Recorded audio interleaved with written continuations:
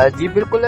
शहदादपुर में assistant commissioner Shahdadpur कमरदीन राहपुटो ऐं excise officer Ali Mohammad Faheem जी शहदादपुर जे मुख़्तलिफ़ दुकाननि ते छापामार कार्रवाई थी आहे, जिते छापा हणी वॾे तइदाद में गैर कानूनी ऐं जाली सिगरेट हथ करे वरिता आहिनि। उन मौक़े ते असिस्टेंट कमिश्नर शहदादपुर कमरदीन राहपुटो मीडिया सां ॻाल्हाईंदे ॿुधायो आहे त गैर कानूनी सिगरेटनि ख़िलाफ़ कार्रवायूं बिना फ़र्क़ जे कयूं पयूं वञनि। समूरे शहर में जेको बि गैर कानूनी ऐं जाली सिगरेट विकिरो कंदो उन ख़िलाफ़ सख़्त कार्रवाई कई वेंदी। एक्साइज इंस्पेक्टर अली मोहम्मद फहीम ॿुधायो आहे त समूरा सिगरेट ज़ब्त करे अहिड़ी रिपोर्ट FBR में जमा कराई वेंदी। उन मौक़े ते असिस्टेंट कमिश्नर कमरदीन राहपुटो इंक्रोचमेंट कंदड़नि ख़िलाफ़ पिण कार्रवाई कंदे 10,000 रुपया दंड हयो ऐं मुख़्तलिफ़ दुकाननि ते रेट लिस्ट पिण चेक कई ऐं दुकानदारनि खे तंबीह कंदे चयो त सरकारी जेका रेट लिस्ट आहे उन मुताबिक़ शयुनि जो विकिरो कयो वञे, ॿी सूरत में सख़्त एक्शन खयो वेंदो।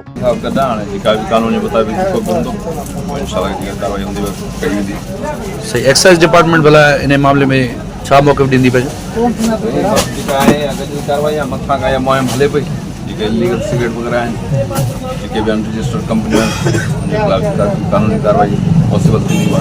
अच्छा सर, ये बताइए कि शहर के अंदर मुख्तलिफ जगहों पर मेमपुरी गुट के ऊपर से जो पाबंदी है, पर वो दुकानों के ऊपर, इस टाइम केबिनों के ऊपर सरेआम बिकी जा रही है, इसके ऊपर आपकी जो इदारा है, जो एक्साइज डिपार्टमेंट है, वो क्या कहना करेगा? कार्रवाई इंशाल्लाह आप निशानदेही करें, हम कार्रवाई करेंगे। पूरे शहर के अंदर मेमपुरी गुट का फिक्र है। सही, हम जहाँ तो पहुँचते वहाँ गायब हो सर, अगर आप आज निकले तो आप जिस केबिन पे आप जाओगे वहाँ का आपको मेमपुरी निकलेगा, इसके अंदर जो भी कार्रवाई होगी वो करेंगे।